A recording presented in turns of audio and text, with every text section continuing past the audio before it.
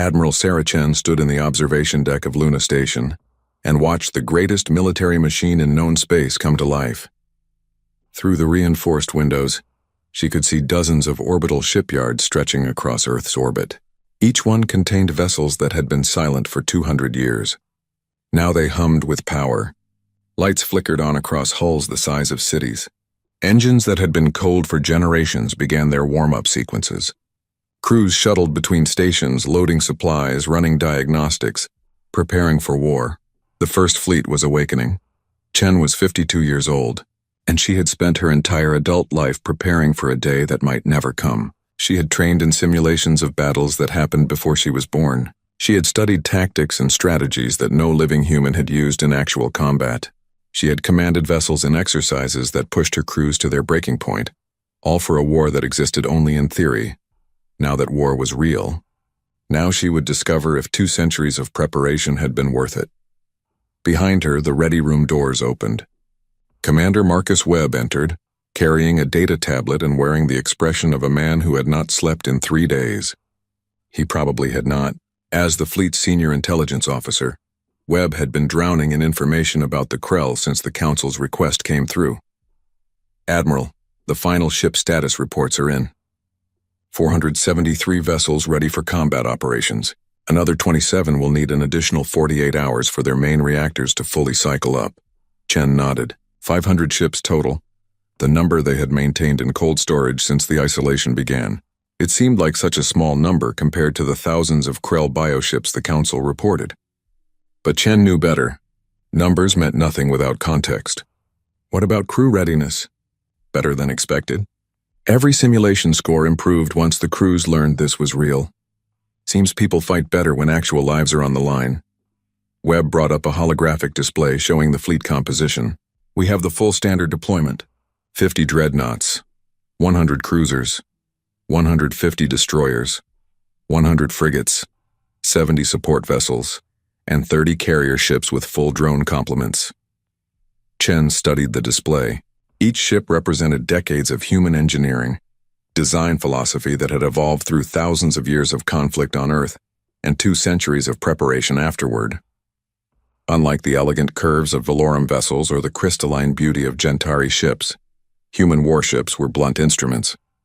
They were armored fortresses bristling with weapons, designed on a simple principle: hit first, hit hard, and make sure the enemy never hits back. The flagship, Indomitable Will, floated at the center of the formation. Chen had toured her 3 days ago, walking corridors that had been empty since before she was born. The ship was a monster, 3 kilometers long, with armor plating that could withstand nuclear detonations and enough firepower to sterilize a planet. Standing on that empty bridge, Chen had felt the weight of history. This ship had fought in the Corvin War. It had been there when humanity proved they belonged among the stars. Now it would prove it again. Tell me about the Krell, Chen said, gesturing to the intelligence reports. Webb pulled up another display, this one showing the biological nightmares they would face. The Krell bioships looked like something from a horror story. All organic curves and pulsing membranes, more like sea creatures than spacecraft. They are hive-minded completely. No individual thought, no creativity, just collective instinct. Their ships are grown, not built. They use some kind of organic reactor that we do not fully understand, probably biological fusion. They heal damage by consuming raw materials, which means every asteroid, every destroyed ship, everything becomes food for them. Weaknesses? They are predictable. Every engagement the Council fought followed the same pattern. The Krell swarm in overwhelming numbers trying to envelop enemy vessels. They sacrifice thousands to destroy dozens. They do not retreat, they do not negotiate, and they do not adapt their overall strategy. They are like locusts. Individual locusts are not intelligent, but the swarm seems intelligent because of its scale. Chen smiled. It was not a pleasant smile. So they are optimized for fighting enemies who use similar tactics. Energy shields, plasma weapons, ships designed for one-on-one combat or small fleet engagements. Exactly. The Council species fight wars like duels, honor-bound engagements, measured force. They meet the enemy in open battle and fight until one side retreats or surrenders. The Krell exploit that. They do not care about losses. They just keep coming until the enemy breaks. But we do not fight like that. No, Admiral, we do not. Chen pulled up the tactical files from the Corvan War. She had studied these battles since her academy days, but now she examined them with fresh eyes. The Battle of Corvan Prime, the siege of Thalos Station, the destruction of the Golden Fleet. In every engagement, humanity had refused to meet the enemy on equal terms. They had used overwhelming firepower, perfect coordination, and ruthless efficiency. They had not sought glorious victories. They had sought the complete destruction of enemy capability. The Council expects us to meet the Krell in battle and slowly push them back, Chen said. They think this will be a campaign lasting months, maybe years. They are wrong, Webb understood immediately. You are planning to end it in one engagement, one battle, one system. We are going to hit them so hard and so fast that their hive mind breaks. We are going to show them that they are not the apex predators they think they are. Over the next 7 days, the First Fleet completed its preparations. Crews that had trained together in simulations now worked together on actual vessels. The synergy was remarkable. Weapons officers coordinated firing solutions across entire squadrons. Navigation teams plotted jump coordinates that would bring 500 ships into the same system simultaneously. Supply officers ensured every vessel carried enough ammunition, fuel, and supplies for extended operations, even though Chen did not intend to need them. Chen moved through the fleet, visiting ships, talking to crews, making sure everyone understood the mission. She found morale surprisingly high. These men and women had spent years training for a war they thought would never come. Now they had purpose. Now their skills mattered. On the indomitable will, she met with her senior staff for final planning. They gathered in the operations center, a massive room filled with holographic displays and tactical stations. This was where the battle would be coordinated, where 500 ships would move as one organism. The target is the Draven system, Chen announced, pulling up the star chart. According to Council intelligence, the Krell have massed their largest fleet there. They are preparing to assault the last major Gentari colony. The Council estimates 4,000 bioships, possibly more. They expect the colony to fall within days. Her staff studied the map. Some of them looked concerned at the numbers. 4,000 against 500 seemed suicidal. But Captain Amanda Price, Chen's chief tactical officer, was smiling. She understood. We are not going to defend the colony directly, Price said. Correct. We are going to position ourselves here, at the edge of the system, near the star. We are going to force the Krell to come to us, and when they do, we are going to introduce them to human military doctrine. Commander Webb brought up the Krell tactical analysis. They will charge. They always charge. They will see our numbers and assume they can overwhelm us with their superior force. They will form a massive swarm and attack head-on. And we will be ready, Chen said. This is not going to be a battle of maneuver or endurance. This is going to be a turkey shoot.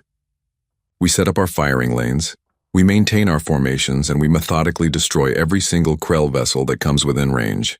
No heroics, no individual duels, just cold, efficient execution. She pulled up the weapons inventory.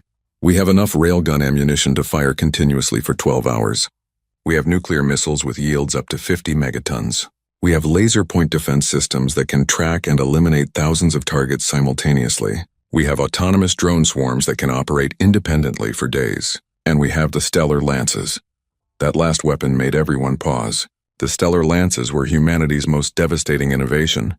Weapons that could harness the power of a star itself. They had been used only once during the final battle of the Corvan War. The results had been so horrifying that humanity had nearly banned them entirely. But they remained in the arsenal, kept for situations that required absolute, overwhelming force. We are going to use all of it, Chen continued. When we engage the Krell, we are going to hit them with everything we have. We are going to show them that human warfare is not about courage or honor. It is about math, physics, engineering. We are going to demonstrate that we have calculated every possible variable and optimized for maximum enemy casualties, with minimum risk to ourselves. Her executive officer, Commander James Sullivan, raised a hand. Admiral, the Council observers will be watching. They are going to see everything we do. Every weapon. Every tactic. This will change how they view us. I know. They invited us to their war. They get to see who we really are. Chen looked around the room at her officers. 200 years ago, humanity scared the galaxy so badly that we chose isolation over expansion. We could have conquered. We could have built an empire. But we decided peace was better. We proved we could fight, then we proved we could choose not to. Now circumstances force us to fight again. So let us make sure this lesson lasts another 200 years. Let us make sure that after this battle, no one ever wants to wake the human war machine again. The fleet departed 3 days later, 500 vessels moving in perfect synchronization, their jump coordinates calculated to bring them into the Draven system simultaneously. Chen stood on the bridge of the Indomitable Will and watched Earth recede behind them. She thought about the billions of humans living on that planet, most of whom had no idea what was about to happen. They lived peaceful lives, built families, pursued dreams, all protected by a military force they never saw. That was how it should be. Warriors existed so others did not have to. All ships report ready for jump, Sullivan announced. Chen took her seat in the command chair. Through the viewport, she could see the rest of the fleet, hundreds of vessels stretching into the distance like a constellation of man-made stars. This was humanity's answer to the question of their place in the galaxy. Not conquest, not domination, but the absolute certainty that if war came, they would end it on their terms. Execute jump, she ordered. Space twisted, reality bent. The stars streaked and blurred. The first fleet vanished from Earth's orbit and hurtled toward a distant war zone. Inside the ships, crews checked their weapons one last time. Pilots climbed into their fighters and drone operators linked with their autonomous swarms. Medical teams prepared for casualties that Chen did not intend to take. Engineers stood ready to handle damage that should never come. Everyone knew their role. Everyone had trained for this. The simulations were over. The real test had arrived. In 10 hours, they would reach the Draven system. In 10 hours, the Krell swarm would learn what it meant to face humanity in total war. In 10 hours, the galaxy would remember why they had been relieved when humans chose isolation. Admiral Sarah Chen closed her eyes for a moment, centering herself for what was coming. When she opened them again, she was ready. The fleet was ready. Humanity was ready. The Krell would not be. Commander Zethal of the Jantari Defense Fleet had accepted his death 3 days ago. Now he simply waited for it to arrive. His flagship, the Luminous Guardian, hung in high orbit above Jantara Prime, the last major colony of his people in this sector.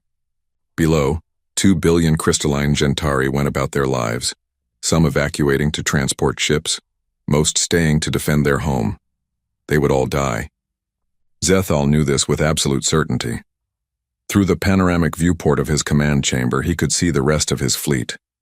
200 ships, the largest force the Jantari had managed to assemble in their entire history. Beautiful vessels, their crystalline hulls refracting starlight into rainbows.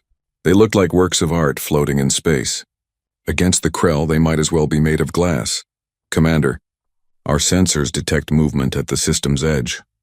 His sensor operator, a young officer named Prelix, tried to keep his voice steady and failed. The Krell fleet is advancing. Their numbers are increasing as more bioships arrive. Zethal pulled up the tactical display. The numbers made his light organs dim with despair.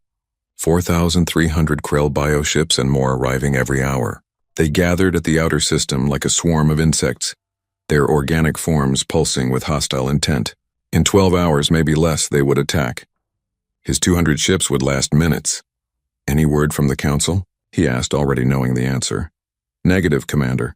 All Council forces were ordered to withdraw. We are alone. Alone. The word echoed through the chamber.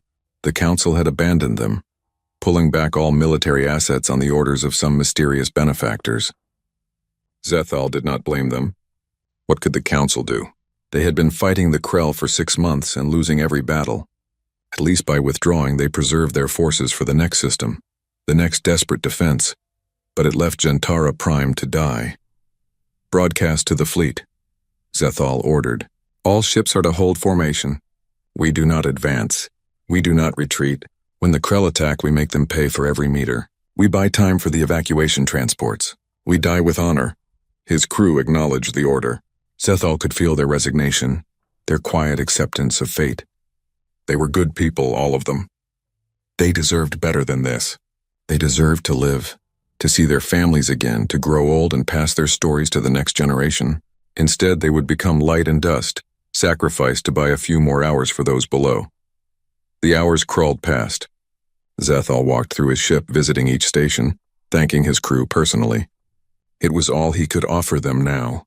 In the recreation chamber, he found a group of younger officers gathered around a view screen.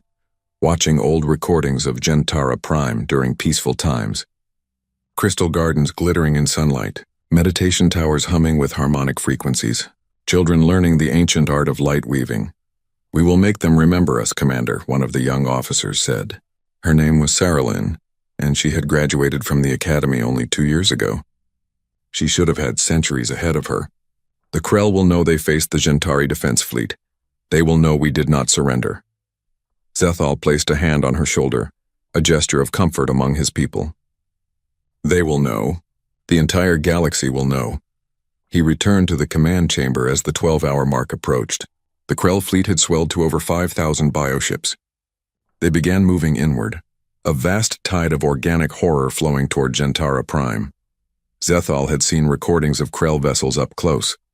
They looked like deep-sea predators, all teeth and hunger, their hulls pulsing with bioluminescence. They made sounds that human translators could not properly interpret, subsonic pulses that felt like screams. "All ships report ready, Commander," his tactical officer announced.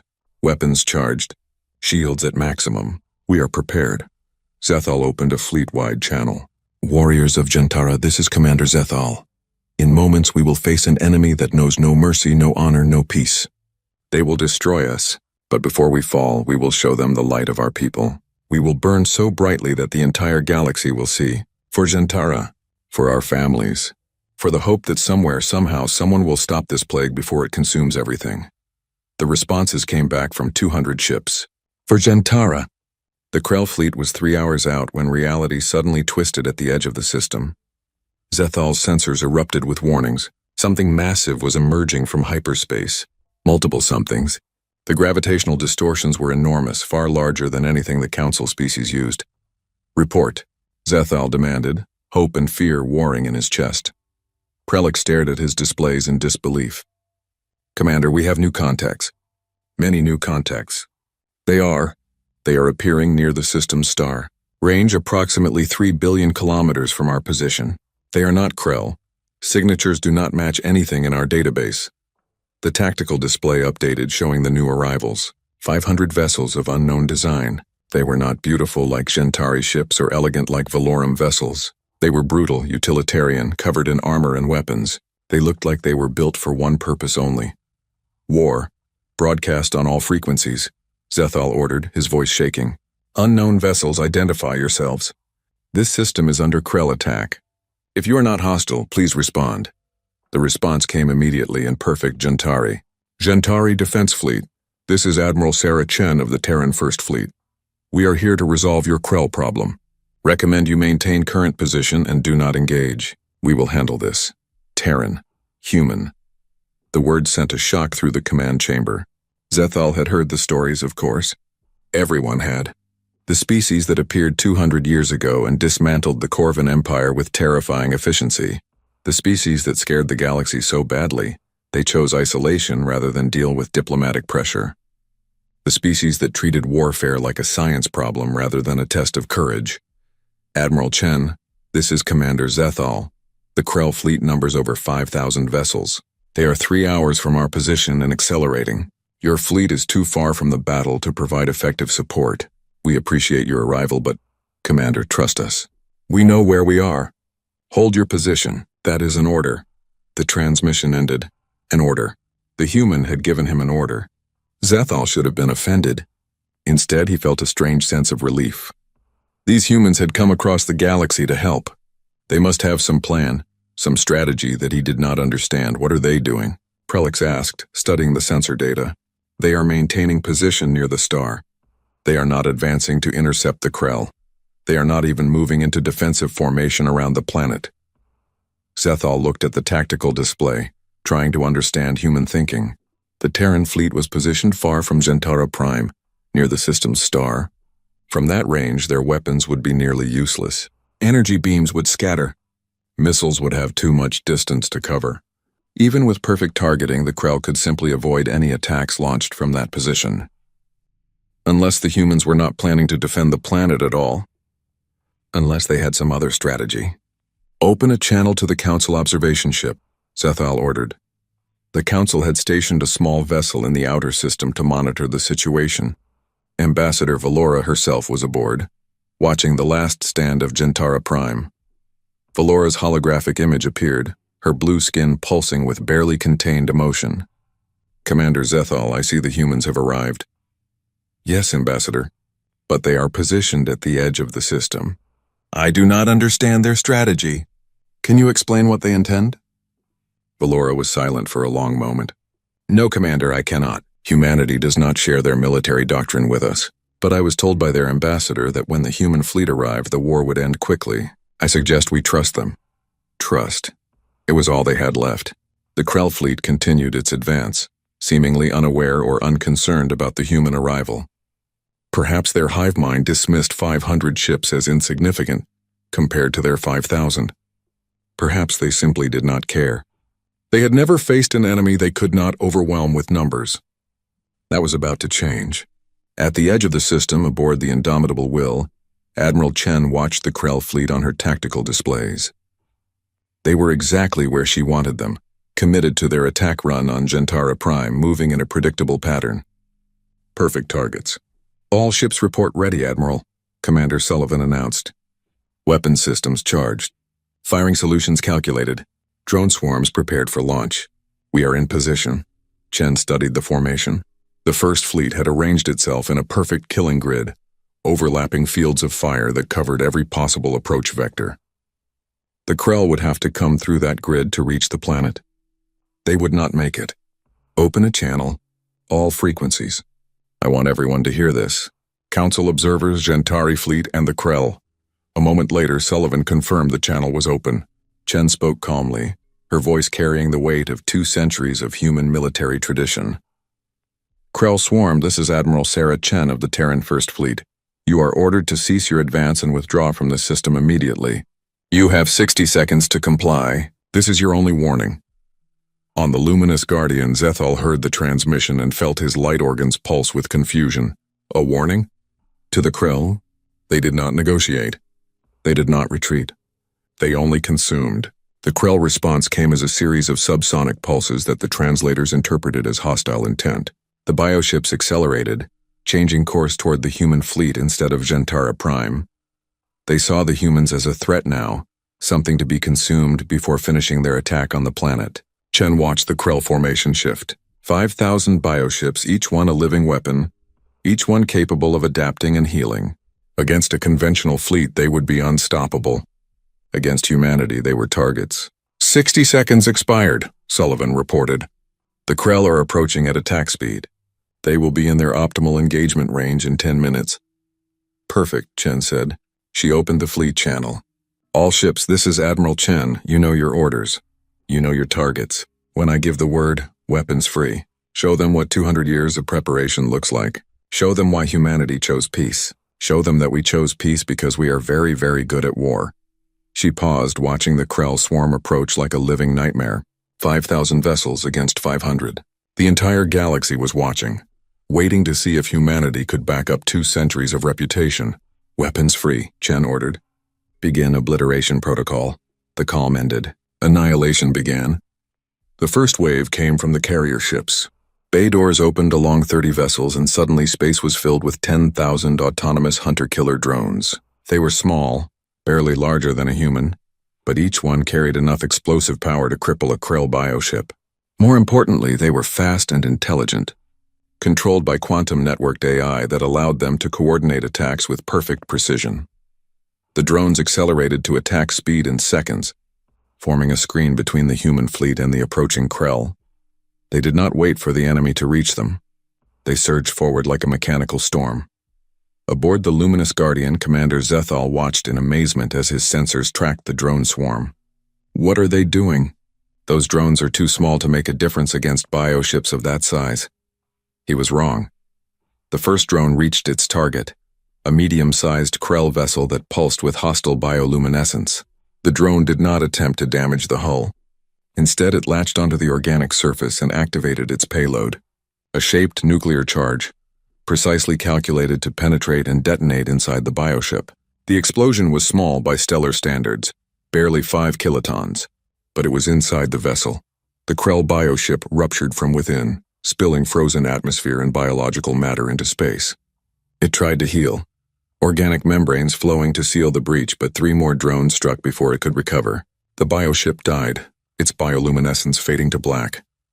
That was one. The Krell had 5,000, but the drones were not finished.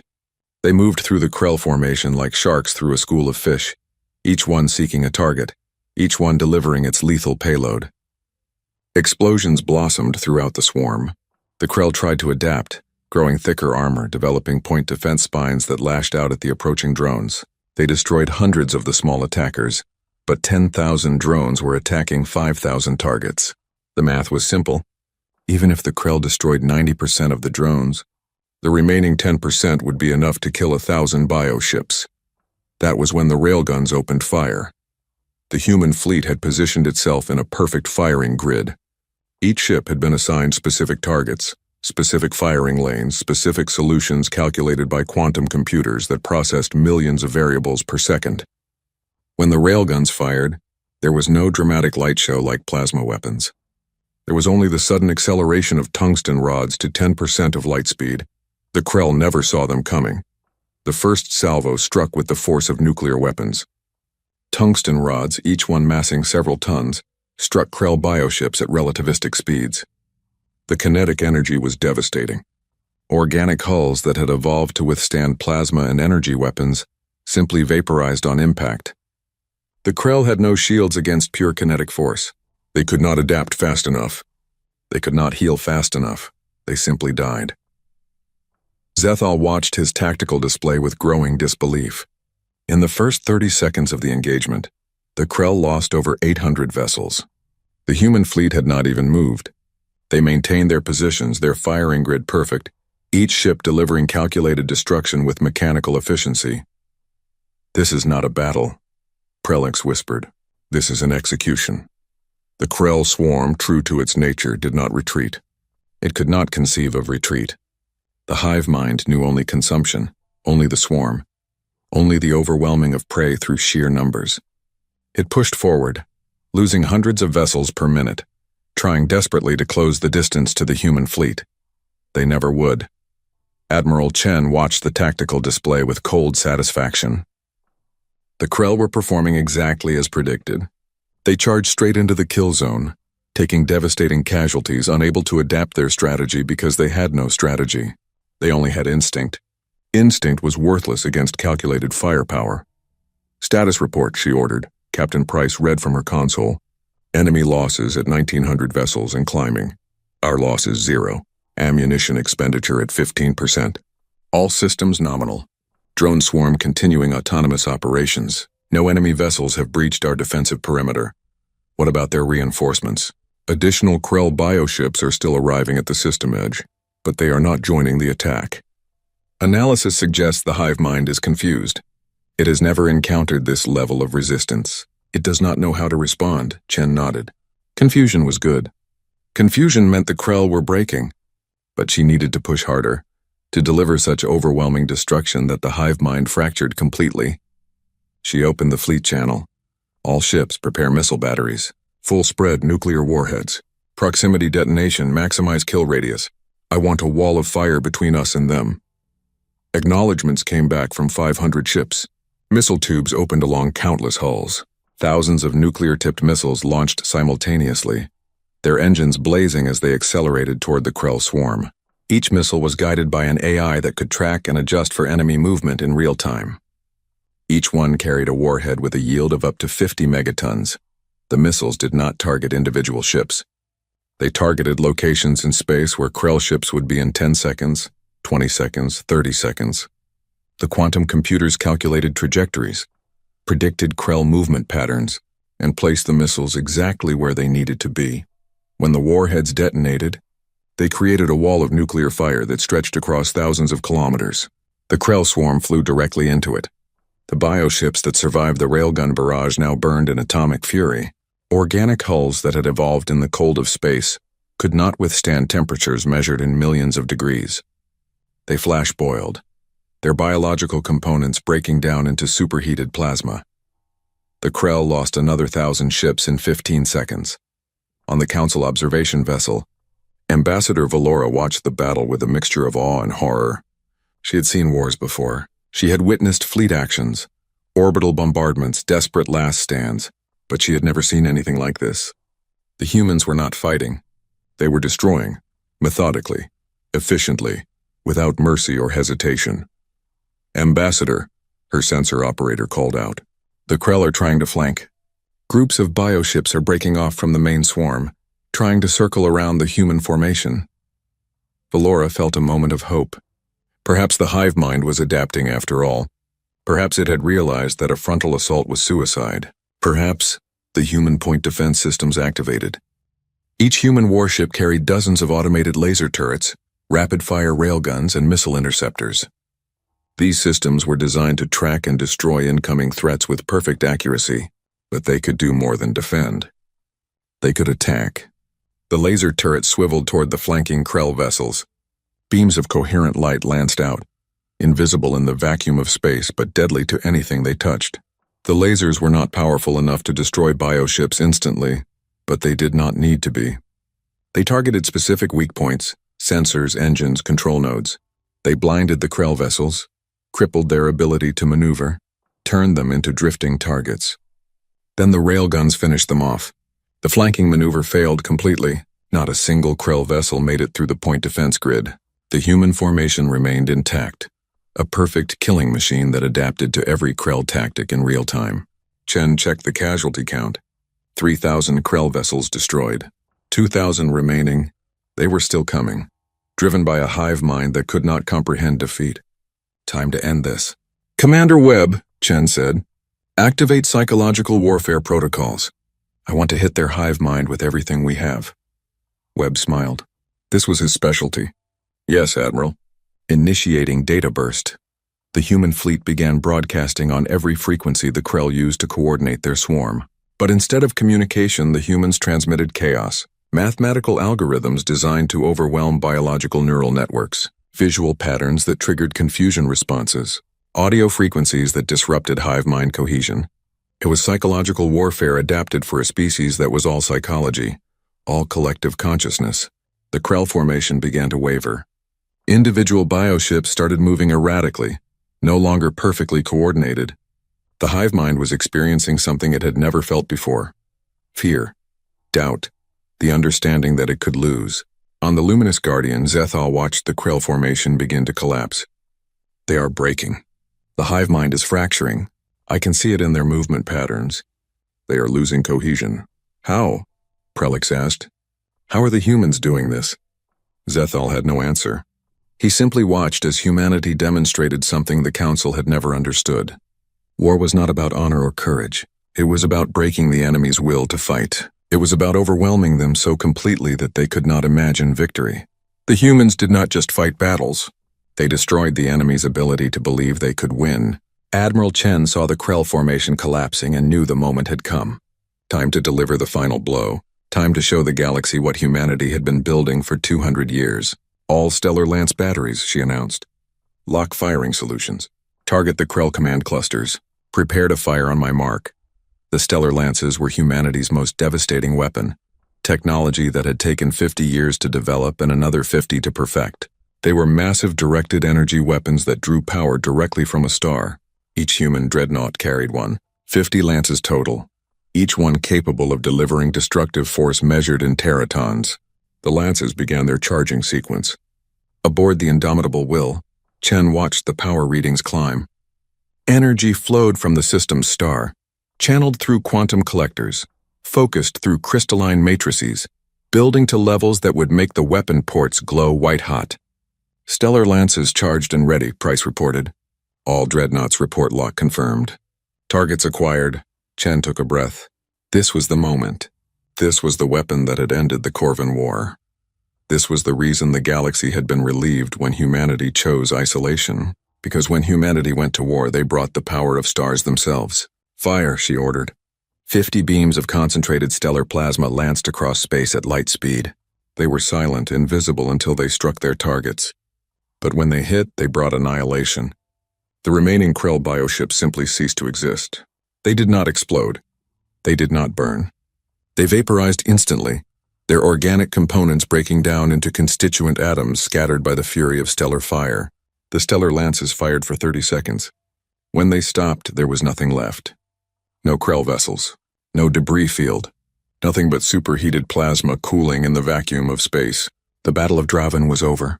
Aboard the Luminous Guardian, Zethal stared at his sensors in absolute silence. The Krell fleet that had numbered 5,000 vessels 12 minutes ago no longer existed. The human fleet had destroyed them utterly, and humanity had not lost a single ship, not one. The casualty count was 5,000 to 0. Commander, Prelix said quietly. What are they? Zethal thought about the question. What were the humans?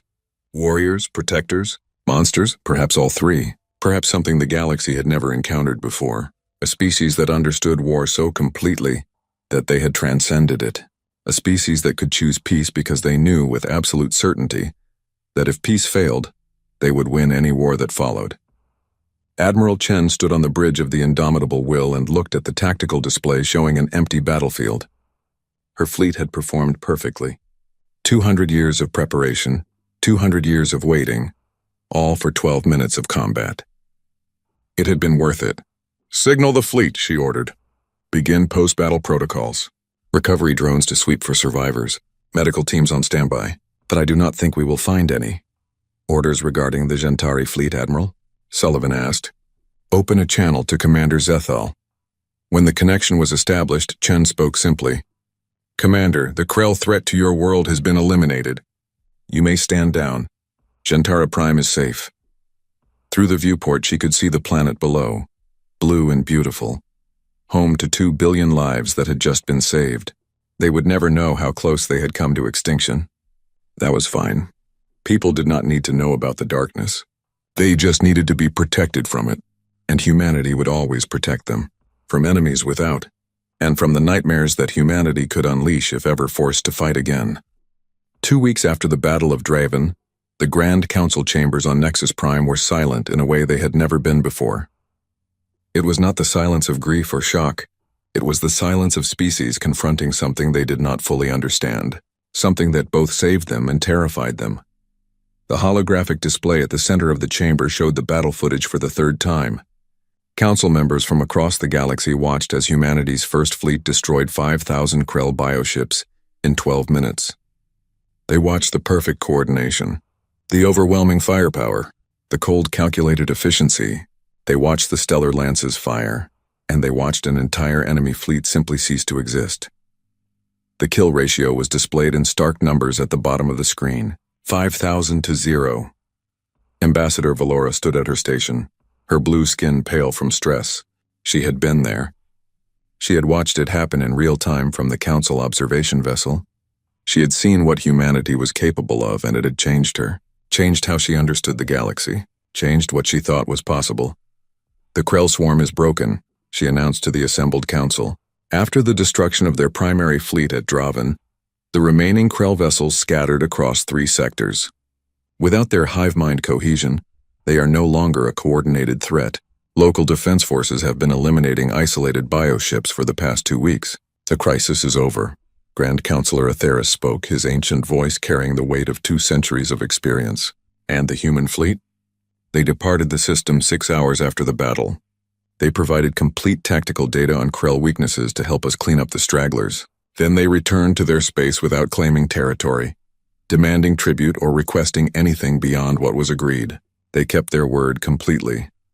Crystalline Counselor Gentar, who had lost 7 colonies to the Krell before humanity intervened, spoke next. His voice carried a mixture of gratitude and unease. We asked them to save us, they did. We should be celebrating. Why do I feel such dread? Valora understood the feeling. She felt it too, because we just witnessed something that changes everything. For 200 years we told ourselves that humanity's victory over the Corvin was luck, or Corvin incompetence, or some fluke of circumstance. We wanted to believe that humanity was not truly that far beyond us militarily. The Battle of Draven proved we were lying to ourselves. She pulled up the tactical analysis that her team had compiled. The humans did not just defeat the Krell, they obliterated them. With no casualties, no damage to their fleet, they positioned themselves perfectly, executed a flawless battle plan, and demonstrated technology and tactics that are centuries beyond anything we possess. The stellar lances alone represent an understanding of stellar mechanics that our best scientists cannot replicate. How? Representative Coast demanded. How did they advance so far while isolated? What have they been doing for 200 years? Preparing, Valora said simply. While we focused on diplomacy, trade, cultural exchange, and maintaining the peace we had, humanity focused on one question. What if war comes again? They built a military force designed for one purpose: total victory. They did not build a fleet to defend territory or project power. They built a fleet to end wars so decisively that no one would start another one. High Speaker Murith of the Selkathi spoke, his voice bubbling through his translator. They saved my people. The Krell consumed 4 billion Selkathi before humanity intervened. Because of the humans, no more will die. I am grateful.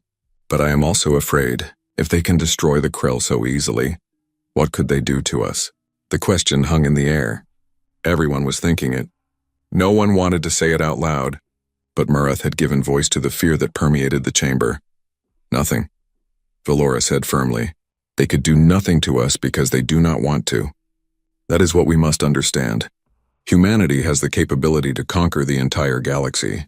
They proved that 200 years ago when they dismantled the Corvan Empire. They proved it again at Draven.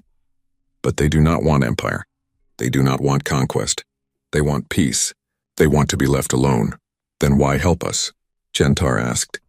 Why emerge from isolation to fight our war? Valora thought about her meeting with Ambassador Moore on Luna Station. About the humans' cold assessment of the situation. About their willingness to help despite 2 centuries of isolation. Because billions were dying. Because the Krell threatened to consume everything. Because humanity may be the deadliest species in the galaxy, but they are not cruel. They have morals, ethics. They believe in protecting the weak even when it costs them nothing to stand aside. She paused, gathering her thoughts. I think that is what truly frightens us. Not their weapons or their tactics, but the fact that they have all that power and choose not to use it.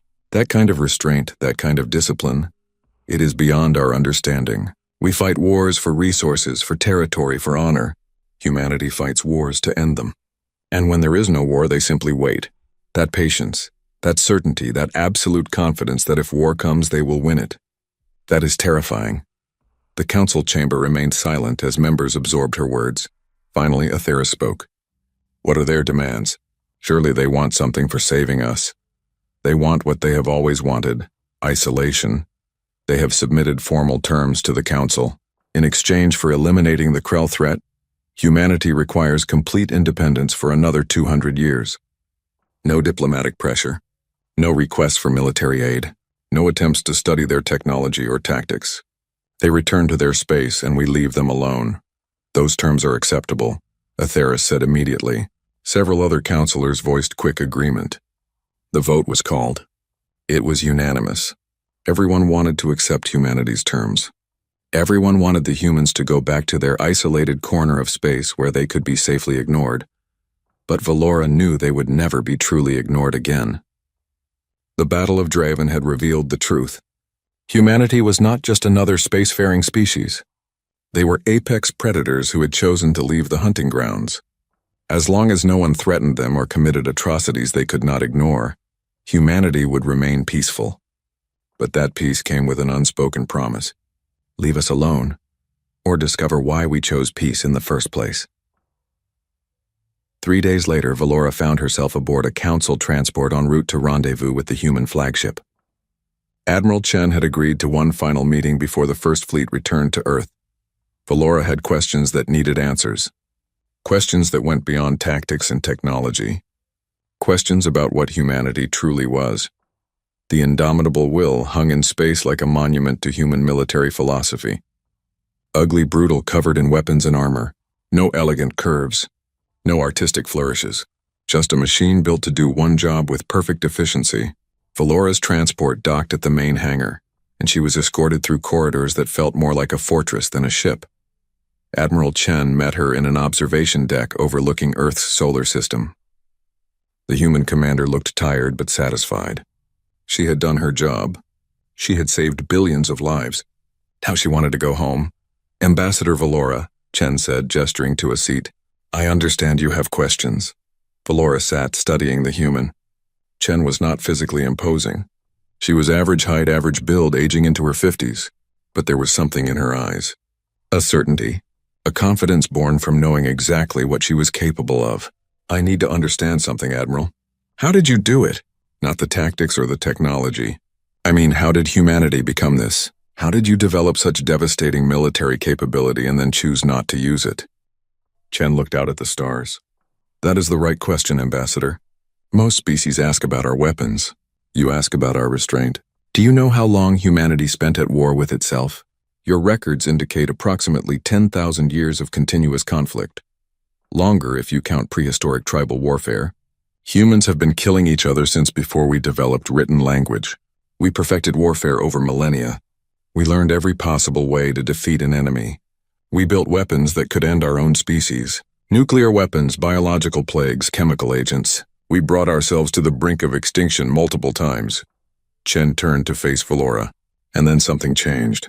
We realized that we were very, very good at war. Too good. So good that another major conflict would destroy us. We had to make a choice. Continue our warlike nature and die, or learn restraint and live. We chose life, but we did not forget the lessons of war. We could not afford to. The universe is not a safe place. So you maintained your military capability while pursuing peace. We maintained more than capability. We refined it, perfected it. We built a military force that could end any war quickly and decisively because we understood something fundamental. Long wars are brutal. They cause suffering. They destroy civilizations. If war becomes unavoidable, the most merciful thing you can do is end it immediately. That is why we hit the Krell so hard. Not because we enjoy destruction, but because a quick, decisive victory saves lives in the long run. The Krell will not attack anyone again. Their hive mind is broken. That is billions of lives saved across the galaxy. Valora absorbed this. It was an alien philosophy to her people. The Valorum believed in measured responses, proportional force, warfare as a last resort conducted with honor. The idea of overwhelming destruction as a form of mercy was difficult to comprehend. The Council is afraid of you, Valora admitted. We are grateful, but we are afraid. You have shown us that you are so far beyond us militarily that there is no comparison. What stops you from conquering us all? Chen smiled sadly. The same thing that stopped us 200 years ago. We do not want to. Ambassador, humanity learned a hard lesson in our history. Empire is slavery. Conquest is murder with fancy justification. We looked at our own past, at the empires we built and the suffering they caused, and we decided never again. When we reached the stars, we could have conquered. We had the capability, but we chose different. We chose to prove that a species can be strong without being cruel. That power does not require domination. She walked to the viewport, looking out at the distant stars. Do you know what the hardest part of command is, Ambassador? It is not making the decision to fight. It is making the decision not to fight. Every day I have access to weapons that could destroy planets. I command a fleet that could level civilizations. And every day I choose not to use that power. That choice, that restraint, that is what defines us. Not our weapons. Our discipline. And if someone threatens you, if another species attacks Earth, then we will do what we did at Draven. We will end the threat quickly, decisively, and completely, but only the threat. We do not believe in revenge or punishment beyond what is necessary. We fight to stop aggression, not to satisfy anger. Valora stood and walked to join Chen at the viewport. Together they looked out at the galaxy. The Council has accepted your terms. 200 years of isolation. We will not contact you unless invited. We will not request military aid. We will leave you in peace and good, that is all we want. But Ambassador, I want you to understand something.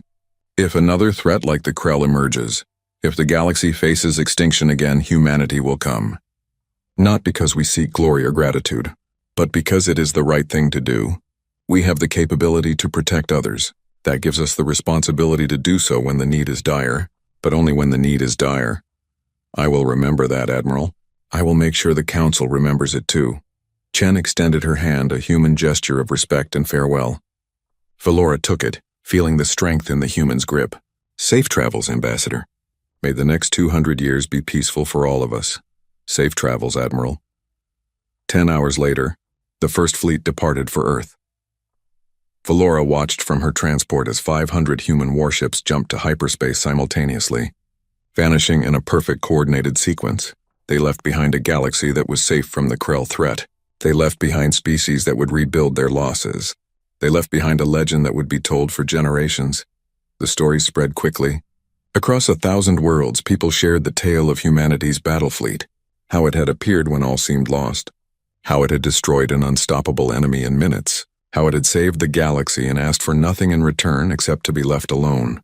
The story changed with each telling, growing more elaborate, more dramatic. But the core remained the same. Humanity was not to be trifled with. Humanity was strong beyond measure, but humanity was also merciful. They could destroy, but they chose to protect. They could conquer, but they chose to isolate. They were the species that every civilization hoped never to fight, and the species every civilization hoped would arrive if they needed help. On Earth, Admiral Chen stood in the decommissioning ceremony as the First Fleet returned to cold storage. The ships would sleep again, maintained and ready, waiting for the next crisis that required their intervention.